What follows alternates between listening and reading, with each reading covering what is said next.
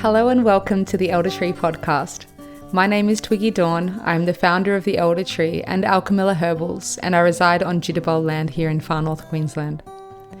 You are listening to the herbal education segment, where each new moon I invite a myriad of plant wisdom keepers to chat about the world of herbal education, about their passions and motivations, and their dreams for the future of herbal medicine education in Australia. This podcast is brought to you by the Elder Tree, a non-for-profit organisation whose mission is putting the medicine in the hands of the people. One of the ways that we are doing this is through this podcast. If you would like to go deeper with the podcast journey while supporting the Elder Tree for as little as $2 per week, then you can become a member of our Patreon. Thanks to all of the people and plants who have helped to make this podcast possible.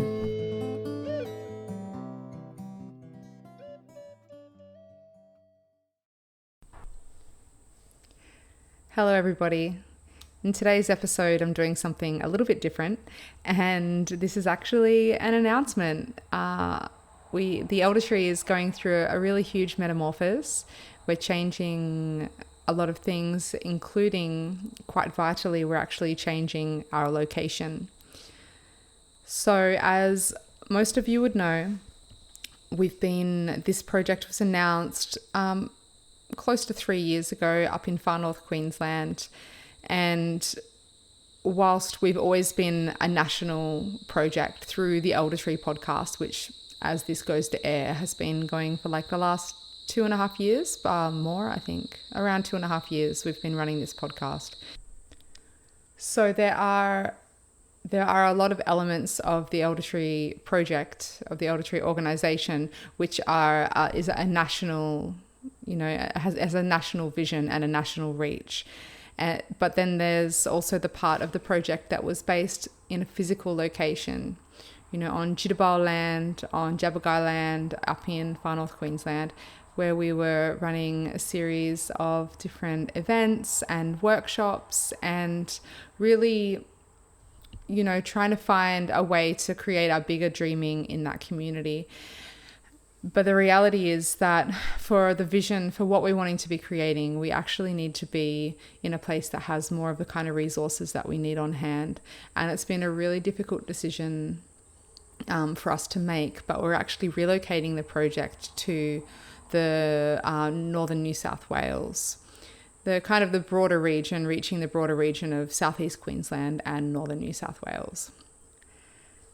Now, as a lot of you know the backstory of how the Elder Tree came to be, there are a few factors, but essentially for myself as the founder of the Elder Tree, a lot of the driving force behind the choice to launch this organisation and to dream really big, a lot of the driving force behind that was as a result of not only my 7 years at university studying herbalism and naturopathy, and finding that education space wasn't, for the most part, wasn't what I was looking for. And I was quite driven to create a different type of school, a different kind of place for learning that's more embodied and tactile for people, everyone from the home herbalist and the everyday person right up to practitioners leaving the university or at the university, or even assisting practitioners that have been in practice for a long time. So I've been driven to want to create that based partially on my own experience of being 7 years at university. But also it came out from a place of, there was over a decade there before we announced the project. There was well over a decade that I spent countless hours in front of a computer and on my phone, really researching where Australian herbalism's at, where our community herbalism's at, where are we as a community? And I'm not talking about an industry of herbalism. I'm talking about community of herbalists, of medicine growers, medicine makers, practitioners, home herbalists, all of and everything, all the shades in between, all of the different pathways and life journeys that people can have with herbalism. So I really wanted to get a sense of where we're at And here's me with my 5 planets in Virgo, making all of these spreadsheets, contacting all of these people around Australia, starting to build relationships and finding amazing gems and beautiful people. But also then finding that there's not one school in Australia that is just a herbal medicine school. And finding that most teachers of herbal medicine, to be honest, are financially struggling. Not only are the teachers struggling, many of the practitioners are struggling, many of the medicine makers, medicine growers are struggling. And then, there's also the people that are struggling to even afford all of those services, to be able to afford to go and see a practitioner, to be able to even afford the herbal medicine. So there's like a whole lot of problems that emerged for me in that research that I did. I was a bit disheartened. I was reading some amazing books out of particularly ones based in America that were really showing all of these amazing grassroots herbal medicine schools and all of these wonderful teachers that you can go and do a full apprenticeship with over a long period of time, and out of that apprenticeship then become a practitioner. Which doesn't exist in Australia. And, finding all of these colleges that, they taught the medical herbalism, the clinical herbalism, but they also taught and still teach like embodied herbalism, tactile, like energetic, spiritual herbalism, and like true traditional herbalism. So I was very inspired finding out about all of these different teachers and colleges and universities and large and small schools over in the States. And it was very inspiring, but also very much for me shed a light on how we don't have anything like that in Australia. We're very, very limited actually in what we have in the realms of herbal education and in the realms of herbal community. Around the time that I announced, this large vision for the elder tree, another group also emerged called Estri Learning, and which I'm a member of, a very passionate member of, and I have interviewed many people on this podcast, and not just like all of us on the podcast have interviewed multiple Estri Learning members. And Estri Learning really creates a sense of community and connectedness particularly among herbal practitioners and herbal educators. So, that's wonderful. Like that is starting to be created in that space. And then there are the associations like the NHAA that do, for practitioners that do support practitioners. So I just also want to acknowledge that exists, that there are communities within those associations. But there's no real like grassroots, there's no schools, essentially. There's no herbal medicine schools on a large or small scale in Australia. There is no grassroots herbal medicine schools, full stop. And there has been, in the past, there's been small ones. If you want to learn more about them, you can listen to past interviews with people on my segment, on the herbal education segment. But yeah, right now that doesn't exist. And right now I really feel the need for that in this country. I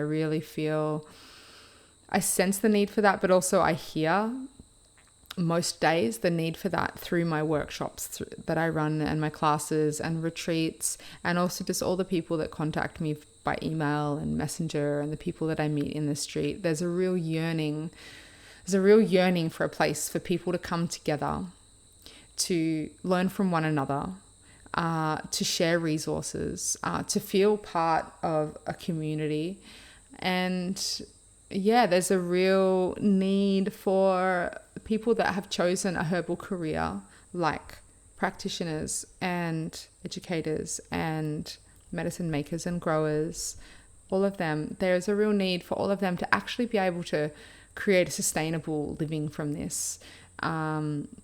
it can be quite hard for people that are committed to making, like, lovingly making organic, handcrafted, small batch things. Like, that's kind of coming up against like all of this imported, highly overprocessed stuff that you can sell for cheaper in other shops. So, it can be really difficult. So there's a real yearning for that. There's a real yearning for people to be able to have herbal pathways that are more than just an idle curiosity or side hobby. And, there's also like, there's a yearning for people to be able to like access good education, affordable education. There's a yearning for people to be able to access affordable medicines, fresh, vital, affordable medicines that are made seasonally, locally. So, I'm hearing and I'm feeling all of these needs. And I've really, because I was based in far north Queensland, because, I had a child and family there, I wasn't willing to explore the possibility of myself relocating. And so therefore the actual project itself, the Elder Tree, was bound, like, because I'm the founder, the Elder Tree was really bound to a place where, although we had so much support from the community, like so much support, and I'm so grateful, like I feel like, like I tear up a little bit right now when I say it, like I'm really, really grateful for all of the support that we've had in that community. And, from all of the individuals and shops and there was so many people cheering us on. There's so many people that coming along to all of the events, and we never, we always had so many volunteers, and just all of the shops were behind us, and it just really, the community really wanted it. And I mourned that, I grieved that it wasn't able to happen there. And I tried for, about 3 years to like plan and see how we could actually create this there. But the reality is that, down there, it is quite isolated up there. We're very far from any universities. It's just very isolated, where down in northern New South Wales and southeast Queensland, like they both have a lot of hubs, micro and macro hubs. I don't know if hub is even really the right word. There's a lot of herbal activity happening down here. And, there are already like a lot of people, a lot of knowledge already in this community. But there's a lot of amazing practitioners and educators, medicine growers, medicine makers. There's already so many resources that to actually be able to create the school that we want to create, we can actually do that down here.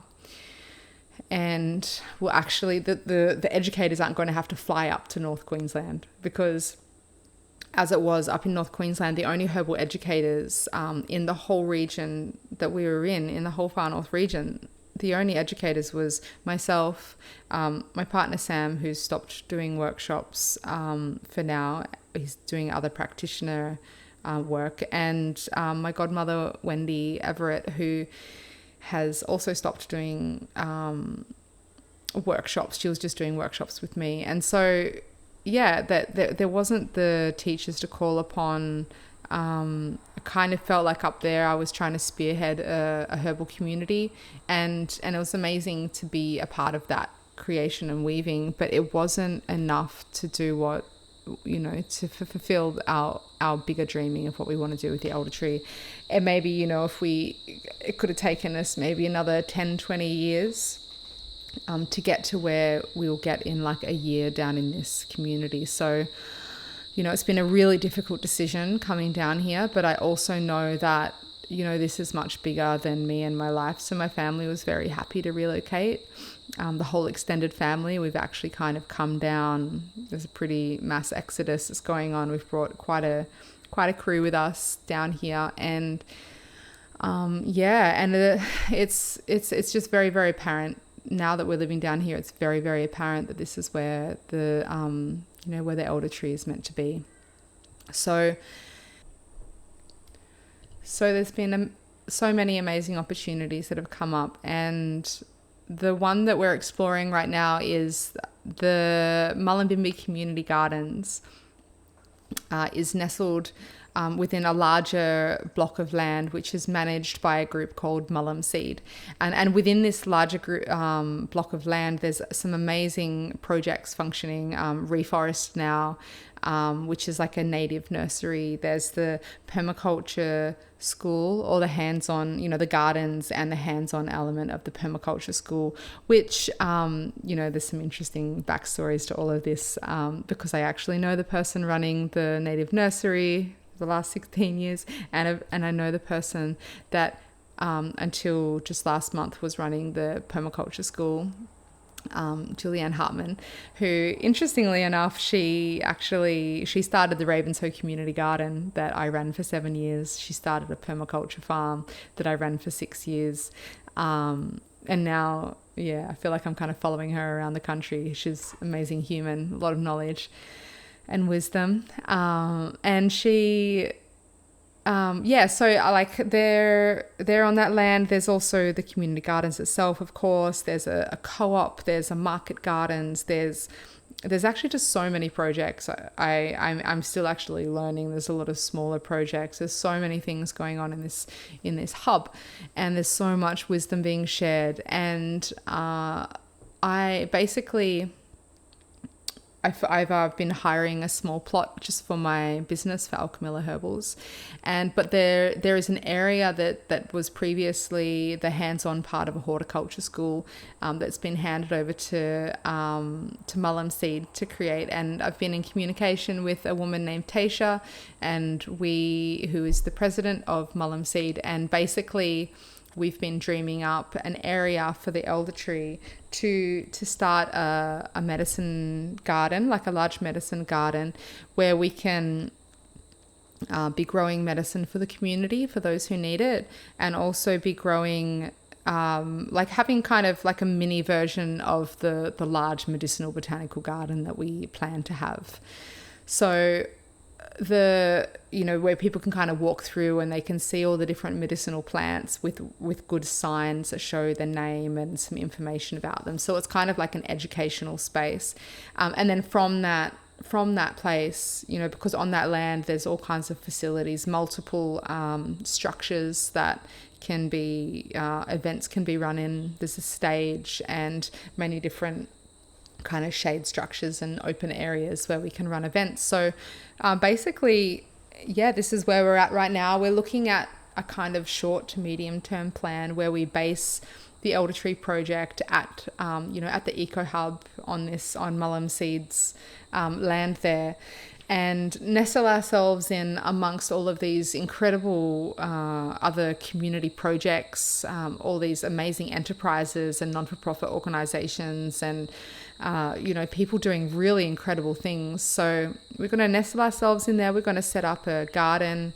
We're going to be running events, conferences, fetes. We're going to be bringing in different herbal educators from around Australia, potentially internationally, in to do, workshops, weekend intensives, like all kinds of things. So, and it's really great because, we were working previously in North Queensland. We were working towards a larger vision, and it felt so far away in a lot of ways. We were wanting to get land and set up these facilities to be running, to have a school and to run events. And that's still the plan. We still plan to have access to a much larger facility where people can have residential apprenticeships, so people can rent out cabins and have live-in educational opportunities where university students can come and do their internships, and they can... But one of the big differences now is that actually a lot of those university students are actually drivable distance from Brisbane, from Sydney, like even from Southern Cross, like they're actually... We're in a much more central location. And being at a place that's already got a thriving earth-centered community, we can actually be within a larger weaving, and through doing that, we can be building resources, getting to know people in the community, really finding out what the needs are. one of the elder tree's plans up north was to create, grow our medicine, teach people to grow and harvest and make that medicine. And then that medicine was to be used in a clinic, and then intern students would come and learn how to dispense that medicine. Right now, like kind of where we're landing, there's actually multiple amazing places, such as like Mullum Herbals and Bruns Herbals, and also the medicine room in Mullaney with Dominique. They're already, there's people like them that are making their medicine, and they're dispensing, they're buying in a lot of it, but regardless, they're making a lot of their own medicine, and they're dispensing it over the counter, predominantly for acute consultations, with the availability of more, booking in for larger consults. But people can essentially have free mini over-the-counter consultations, similar to how they do at Gould's down in Tasmania. So that already exists, and will be in a position where we can potentially be growing medicine to donate to them, so that then they are able to dispense that freely to people in need, so people that otherwise can't afford it. So right now, the actual clinic side of things isn't really a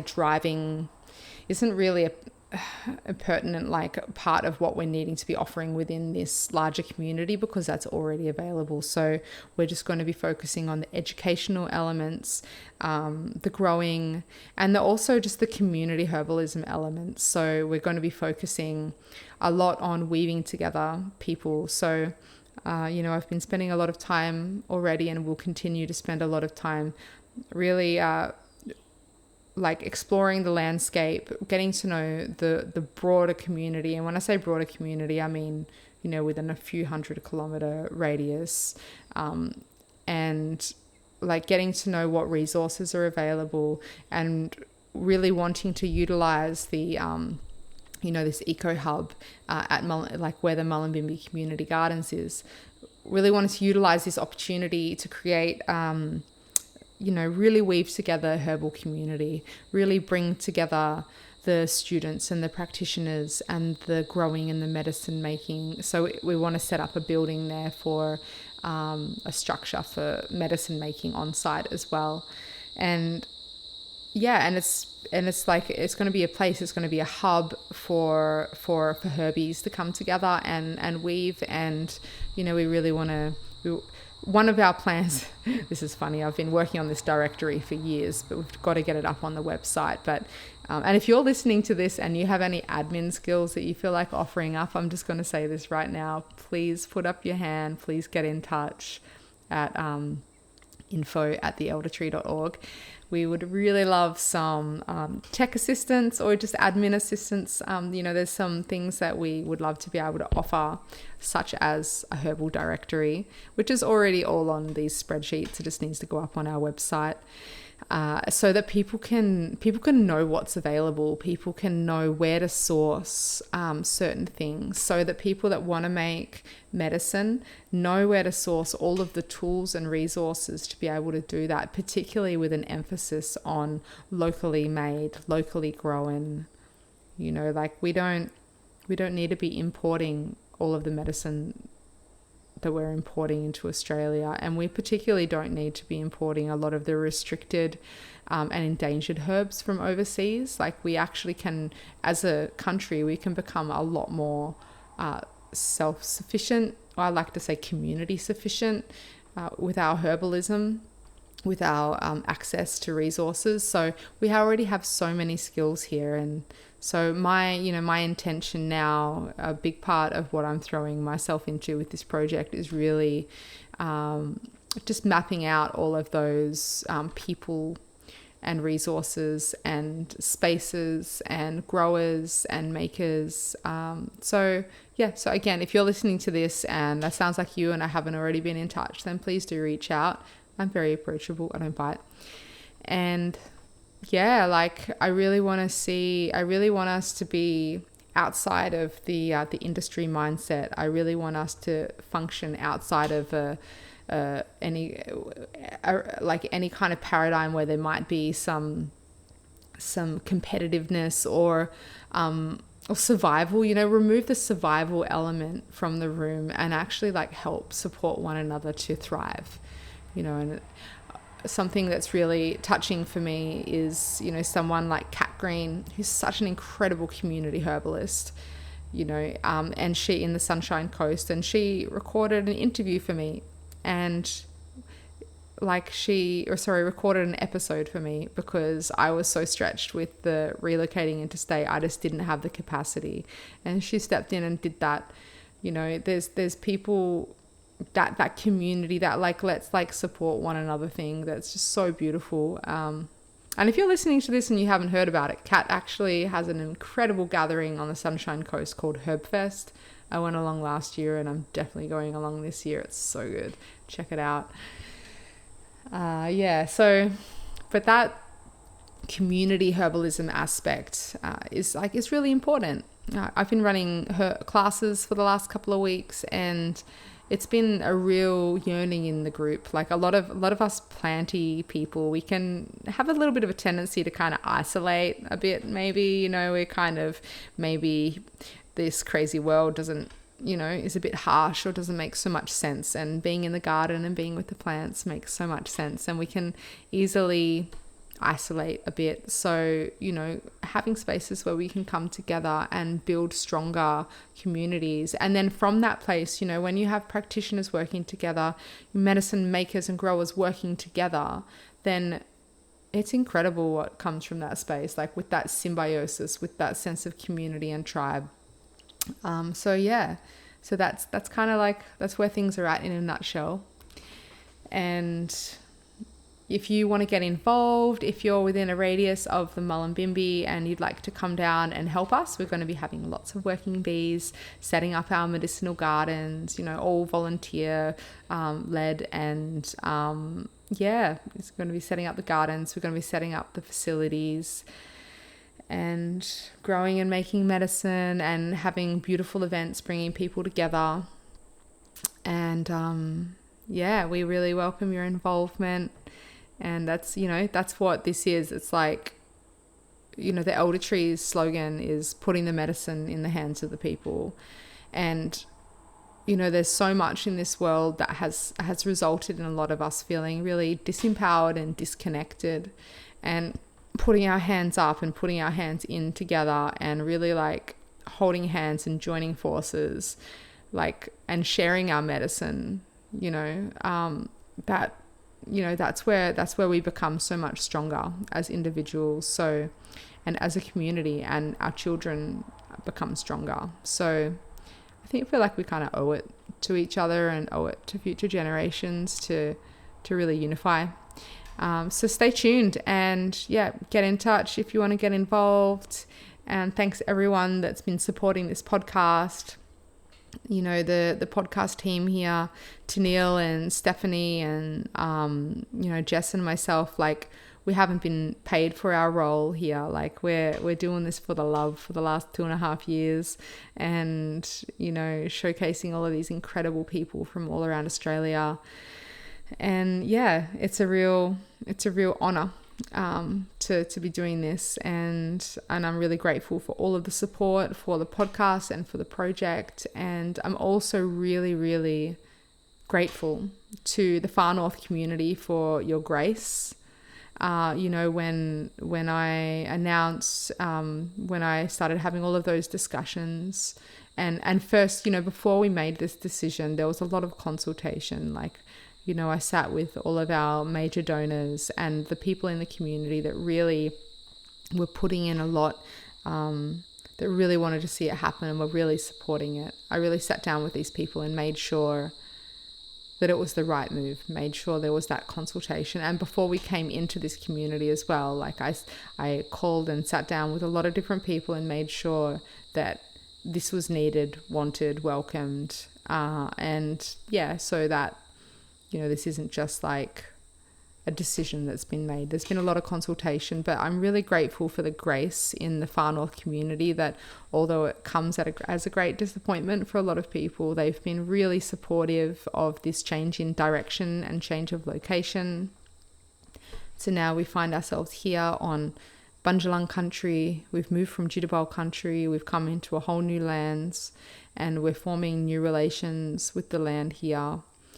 The ecosystem is very similar. The plants here are very similar. What can be grown here is very similar to the tablelands in far north Queensland.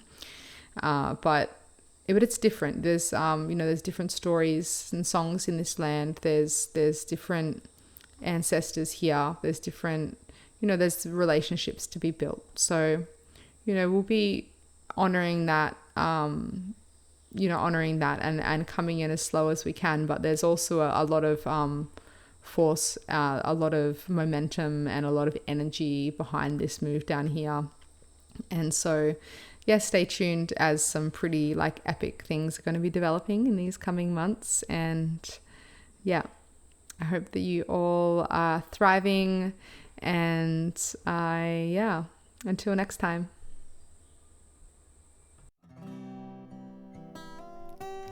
Thank you so much for listening to the Herbal Education segment of the Elder Tree podcast. Stay tuned every new moon as I interview more wise and inspiring herbal educators and herbal lore keepers from around Australia. If you would like to go deeper with the podcast journey, you can become a member of the Elder Tree Trove on Patreon. Contribute as little as $2 per week to access free content from our interviewees, and also access discount codes and opportunities which are exclusive to our members. You can find us on Patreon by going to www.patreon.com/theeldertree. Other ways that you can assist us in getting our offerings out there to more people in Australia is by subscribing and leaving a review on Apple Podcasts and on the Spotify app. Also, liking, commenting on and sharing our social media posts actually has a really positive impact and helps us to reach further with the message from all of the amazing herbal lore keepers that we interview on this podcast. Thank you so much for your support, and have a most wonderful day.